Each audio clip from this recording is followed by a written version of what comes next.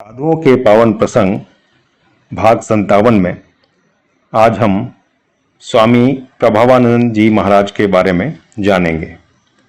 चतुर्थ पर्व 1959 ईस्वी में मैंने स्वामी प्रभावानंद जी महाराज 1893 ईस्वी से 1976 का कोलकाता अद्वैत आश्रम में प्रथम दर्शन किया था। आश्रम तब वेलिंगटन स्क्वायर में था।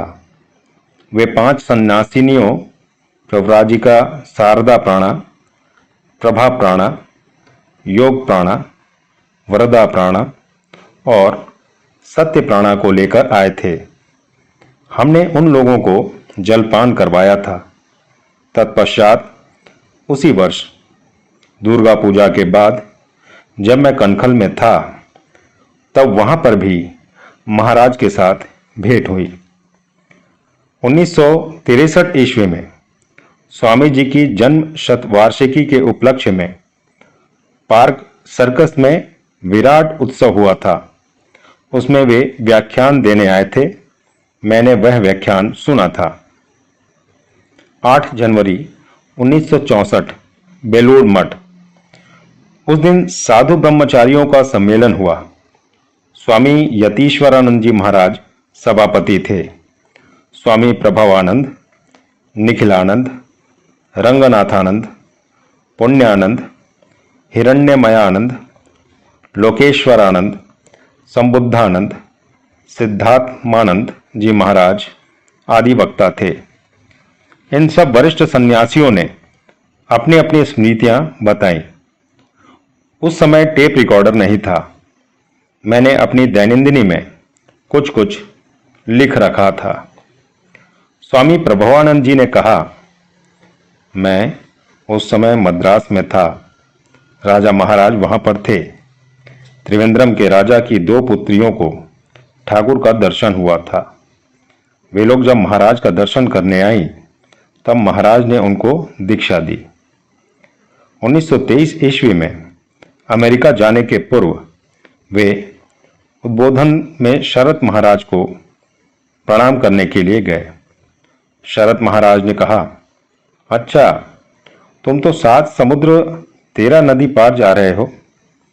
महाराज को थोड़ा सा चिंतित देखकर शरत महाराज ने कहा, you are going to do the Thakur's work, don't be anxious, everything else is our business, you have nothing to do with it. अर्थात तुम ठाकुर का कार्य करने के लिए जा रहे हो, चिंता मत करो, सभी कुछ हमारा कार्य है, तुमको उससे कुछ भी लेना देना नहीं है। एक अन्य समय प्रभावानंद जी महाराज ने मुझसे कहा था, अमेरिका जाने के पूर्व वे श्रीम का दर्शन करने गए थे। श्रीम कभी भी साधुओं को पैर छूकर प्रणाम करने नहीं देते थे। वे गृहस्थ थे और संन्यास आश्रम को बहुत सम्मान देते थे। जो भी हो, प्रभावानंद जी ने श्री मां से प्रेम से कहा, आप आंखें बंद करके ठाकुर से मेरे लिए थोड़ी सी प्रार्थना कीजिए। श्री मां उसी समय आंखें मूंद कर ध्यान प्रार्थना करने लगे। उसी सुयोग का लाभ उठाकर प्रभावानंद जी ने उनका चरण छूकर प्रणाम किया।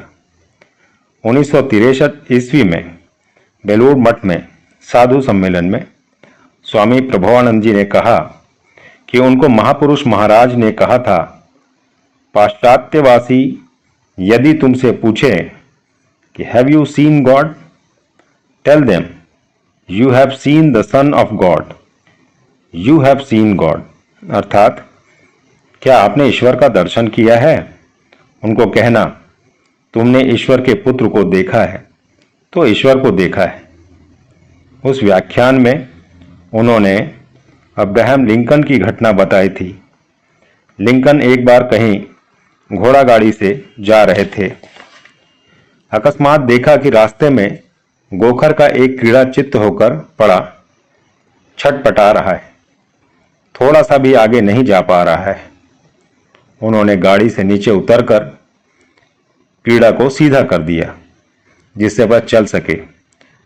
उन्होंने कहा था, मेरा जीवन धन्य होगा यदि इस जीवन में एक भी मनुष्य की, यहाँ तक कि एक कीड़ा का भी सहायता कर पाऊं।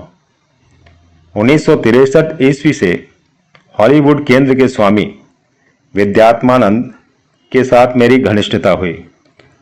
उनका उस समय संन्यास हुआ था और द फोटोग्राफ्स ऑफ रामकृष्ण के ऊपर वे अनुसंधान कर रहे थे। मैंने उस कार्य में बंगला से अंग्रेजी में अनुवाद करने की उनकी सहायता की थी। वह लेख वेदांता एंड द वेस्ट पत्रिका में 172वें अंक में प्रकाशित हुआ। प्रभवानंद जी द्वारा संपादित उस पत्रिका का मैं एक अनुरागी पाठक हो गया। महाराज ने उनकी गीता मुझे हॉलीवुड से ऑटोग्राफ के साथ भेजा था। तदुपरांत बेलूर मठ के न्यासियों द्वारा मुझे हॉलीवुड स्वामी प्रभवानंद जी के सहयोगी के रूप में भेजा गया। 11 जून 1971 ईस्वी से 4 जुलाई 1976 तक महाराज के बहुत निकट रहा हूँ। वे मुझे पुत्रवत स्नेह करते थे। 5 वर्ष तक उनके ठाकुर और श्री माँ के संतानों की कितनी बातें सुनी हैं। उनमें से कुछ बातें यहाँ पर लिख रहा हूँ।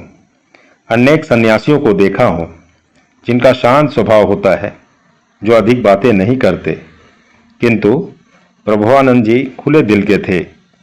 वक्तृता, कक्षा, भोजन टेबल पर अपनी जीवन गाथा और पुराने दिनों की बातें बताया करते थे।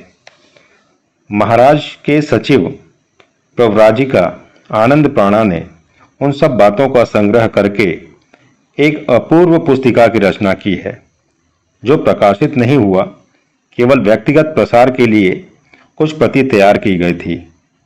वर्तमान में अ लाइट टू द वेस्ट नाम से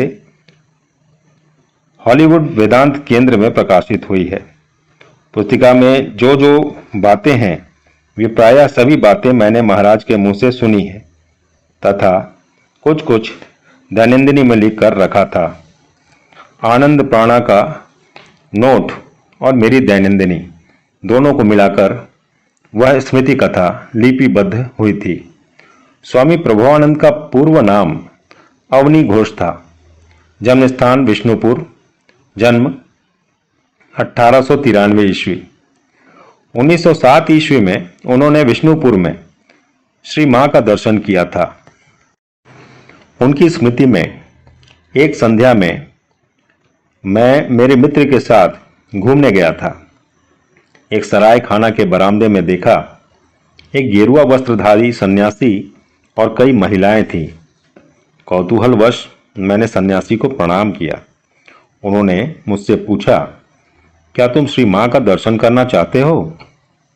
इसके पूर्व मैंने श्री रामकृष्ण वचनामृत पढ़ा था। मैंने पूछा, क्या यह श्री रामकृष्ण परमहंस की पत्नी है? श्री मां कुछ दूर पर बैठी हुई थी।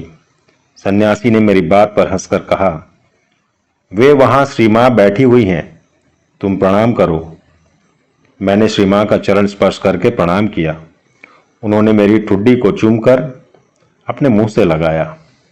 तत्पश्चात श्री मां ने मुझसे पूछा, बच्चा, मैंने क्या तुमको पहले देखा है? मैंने कहा, नहीं मां, लगता है कि आपने मेरे बड़े भाई को देखा होगा। श्री रामकृष्ण के सन्यासी शिष्यों में से स्वामी सुबोधानंद जी महाराज का ही उन्होंने प्रथम दर्शन विष्णुपुर में किया था। वे खोखा महाराज को गृह शिक्षक के पास ले गए थे। वे बहुत भक्त थे। खोखा महाराज उनके पास ही थे। प्रभवानंद जी के बड़े भाई अमूल्य बोसी सेन के सहपाठी थे। बोसी सेन स्वामी जी के प्रथम शिष्य स्वामी सदानंद के बहुत घनिष्ठ भक्त थे। सदानंद बोसी सेन के घर में आकर कभी कभी रहते थे। सेन परिवार के साथ प्रभवानंद जी के परिवार के साथ संपर्क था। प्रभवानंद जी स्मृति बताते हुए कहते हैं, उस समय मेरी उम्र 14 वर्ष की थी। विद्यालय के पश्चात मैं सदानंद जी को देखने जाया करता था।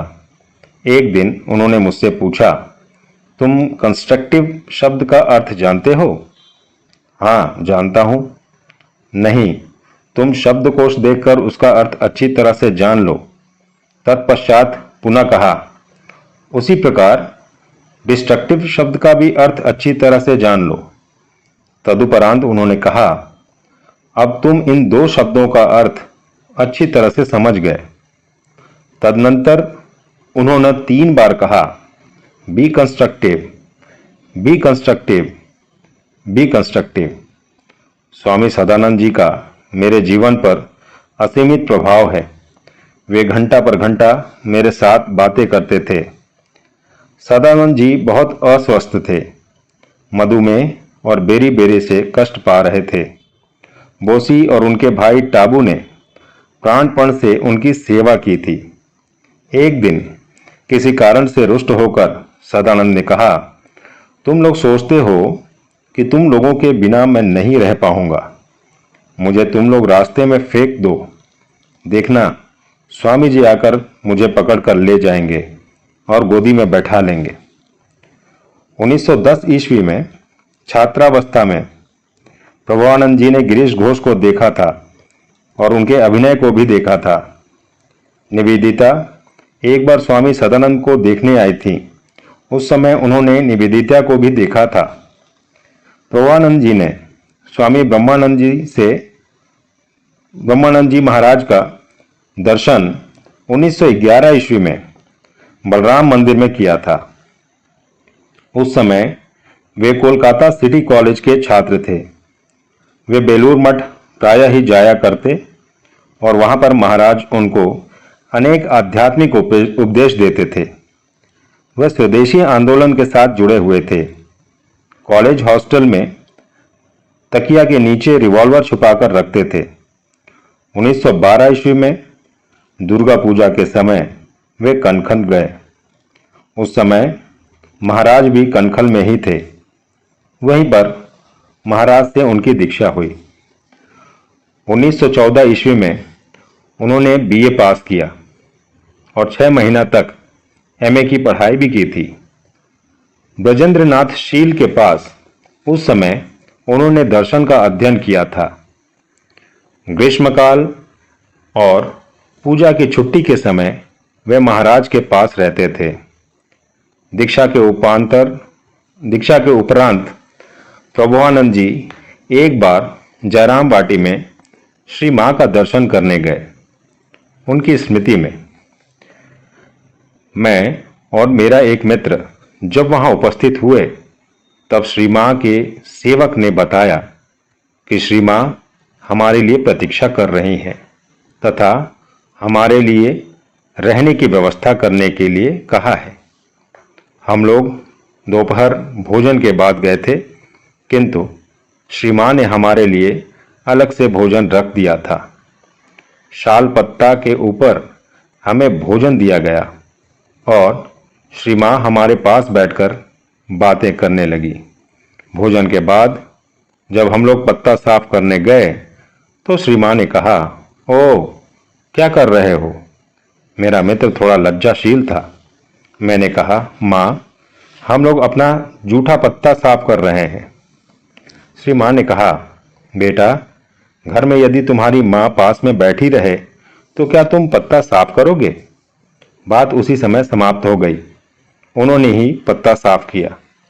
श्री मां की वैशिष्ट्य था। जिन्होंने भी उनका दर्शन किया है उन्होंने अनुभव किया है कि वे मेरी अपनी मां है। हमें यह धारणा दूसरों से पूछने से मालूम हुई। उन लोगों की भी उसी प्रकार की धारणा हुई थी। पहले उनके आध्यात्मिक महत्व नहीं जानने के कारण मन में हुआ।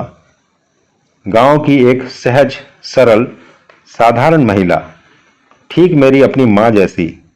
बाद में मैंने समझा कि जीवन के प्रारंभ में पहले श्री मां की कृपा प्राप्त हुई थी, इसलिए बाद में महाराज की कृपा प्राप्त हुई।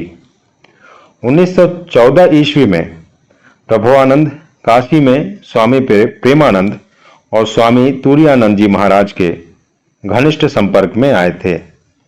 महाराज विभिन्न समय ठाकुर के पार्षदों के स्मृति बताते बताते आत्मविभोर हो जाते थे। उनका चेहरा आनंद से उल्लसित हो जाता था। आज के लिए इतना ही। फिर आगे मिलेंगे। धन्यवाद। जय श्री राम कृष्ण।